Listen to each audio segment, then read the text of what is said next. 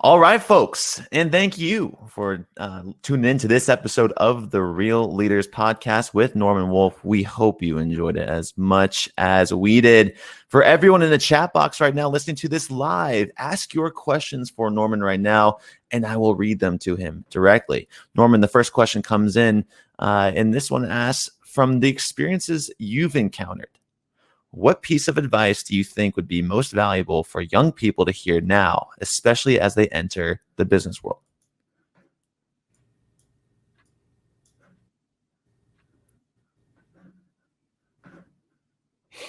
And it's interesting. Where my mind goes is to think about my daughter and my son-in-law, who are in their late 20s. Live from your heart. Do your best to understand what is it that moves you, and what do you want to achieve. Don't rely on others. Take your purpose and own it as your center of gravity. And whatever your purpose is today probably will change over the course of your life, but it is what it is for now. Own it and take responsibility and accountability. If you find yourself blaming or looking to others to get what you want, shift that and say, what can I do for me, given what others are doing for themselves? And how can I really have an impact to get me what I want? Because if what I want is to serve others, then I'm serving others while I'm also serving myself. I like that. Norman, another question I just personally had is, you mentioned a few texts, a few books. What are some things that you're currently reading right now, or some books that have really influenced you throughout your journey? Joseph Campbell's The Hero's Journey had a big influence on me, and I go back to that. The Tao Te Ching is a constant reminder of the what I would call the hidden reality of life, how life really works and our role in it. So I'm always returning to that as well. Some of the, Reinventing the Organization by Frederick Laloux, I think, has had a huge impact on people. I think Frederick's work was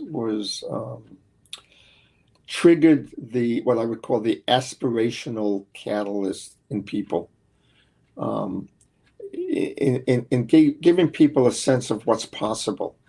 What his work doesn't do, and where our work, I think, fills in the gap, is it doesn't tell you how to get there. It's sort of like, in some regards, it created a lot of frustration, a lot of good frustration. Here we are on this side of a chasm, and he said, look, it's a much prettier world on this side of the chasm. All you have to do is go over here. Well, that's a leap too far, you might say. Mm-hmm. So our work, I look at this as a bridge to take you from the old to the new. But I think his work is brilliant, and I love it because it does give you that sense of what life could be like on the other island, and make people want to get there. So his work was critical. I think some of the work of the people in conscious capitalism have been also changing the narrative. Again, everybody has their own model, which I think is very helpful. I think the various movements around self-managing teams, sociocracy being another one of them, is really good. I like sociocracy a little bit more than holacracy. Holacracy tends to be a little bit more structural in nature. Sociocracy tends to be a little bit more relational in nature. They both have their place and both useful. So those are some of the things that I see as current trends that have a positive impact. I really encourage people to check out Higher Corporation's Rendenhey model. I'll spell that for you. It's RENDANHEYI.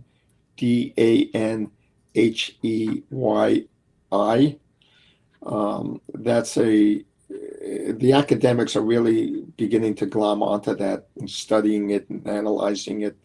I think there's a lot of power in his model, and it could very well be the foundational model of the future. It's basically an ecosystem model. as opposed to a corporate structure.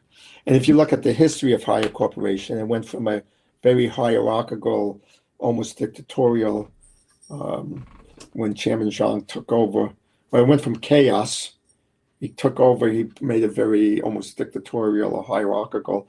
And then its evolution, you can see how he changed the organization structure as they became more and more mature. And now he's into this ecosystem, entrepreneurial ecosystem model, which I think is closer to the model of the future we will see in the future.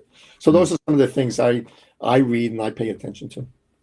Speaking of order and chaos, we had a question come in for you, Norman. This one is from Mark, and he asks, how do you see the transition to a mature society without a massive social uprising? Wow. I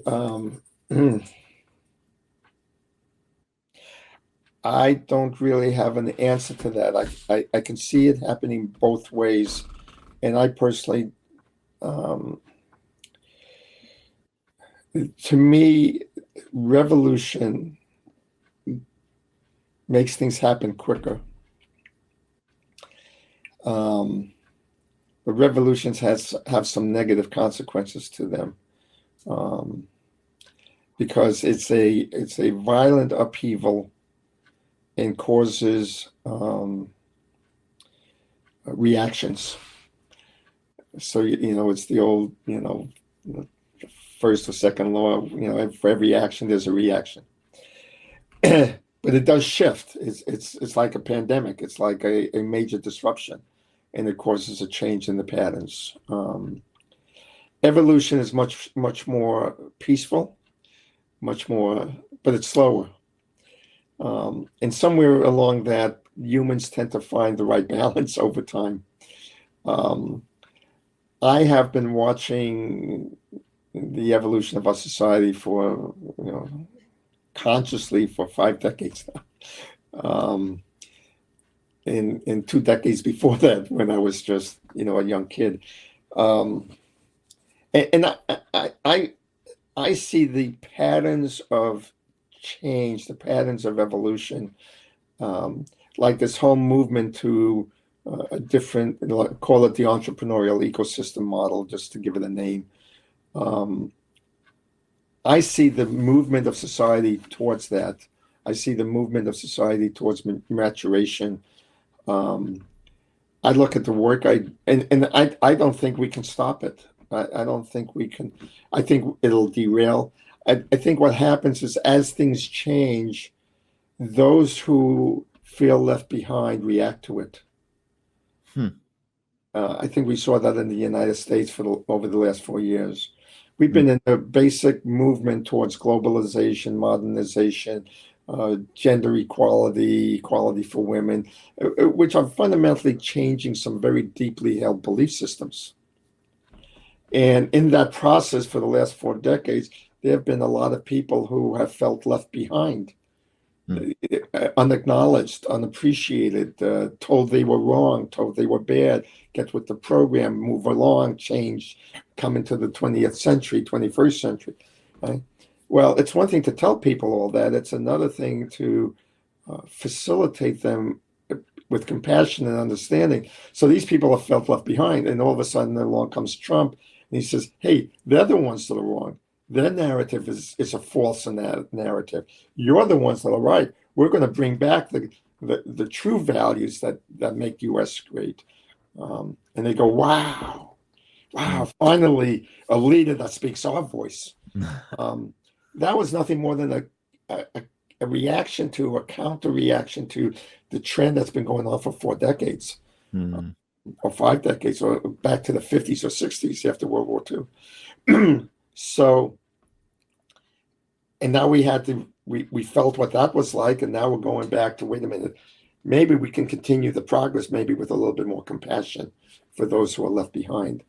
And I see that it kind of in some of Biden's speech, he's not quite where I'd like him to be, but it's better than what we had. I share that not to be political in any ways, but just to use it as an example of this notion of revolution versus evolution. I have a lot of faith in the evolution of mankind. I just know it's changing, and it will continue to change. And I have a lot of faith and belief in the future because of that. How we get there, sometimes it's going to be a whitewater rafting trip, and sometimes the river's going to be calm and smooth and delightful. Hey, that's the beauty of life, isn't it? Yeah, no doubt. And sometimes, it'll be changing, it'll be dying, it'll be living, it'll be growing. A lot of parallels, not just with the perspective of Yep. societal changes, but also within the organization. Norman, it's been a fun conversation today. I learned a lot. Definitely opened my mind to a lot of different things and how we see the world changing. Where can people find more information about your work? Well, my work is on the best place to find me is either buy my book, The Living Organization. I'll do a little promo here. Yeah, absolutely. It's on Amazon.com. It's also available on iTunes bookstore, whatever they call it, and other sources, Barnes and Noble and so forth. And as far as getting in touch with me, best way is through our website, quantumleaders.com. Really simple. And my email address is nwolfe at quantumleaders.com. And I'm open to having conversations. You can also find me on LinkedIn. And my I put the Quantum Leaders in the chat box, the link to the website. I'm also on LinkedIn, so just look up Norman Wolfe, Quantum Leaders on LinkedIn. You'll find me. Well, Norman, I'm glad you got the power back up there in Vancouver, Washington. Yeah. Great city of Vancouver, Washington. Thank you. It's been a pleasure speaking with you. Folks, if you want to listen to this interview, audio only, share it out. Make sure you hit that link in the chat box. It's up at the very top, just so you can subscribe to this episode, as it will be edited by yours truly tonight and uploaded tomorrow for your enjoyment. Also, there's a little shiny green button right there. Don't ignore it. It's a nice little button. It says leave a review.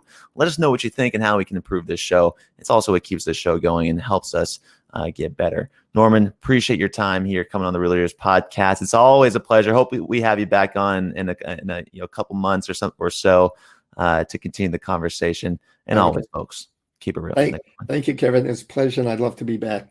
And thank you to your audience for the questions and for listening in. Amazing. Norman, appreciate you. Have a great weekend. Bye now.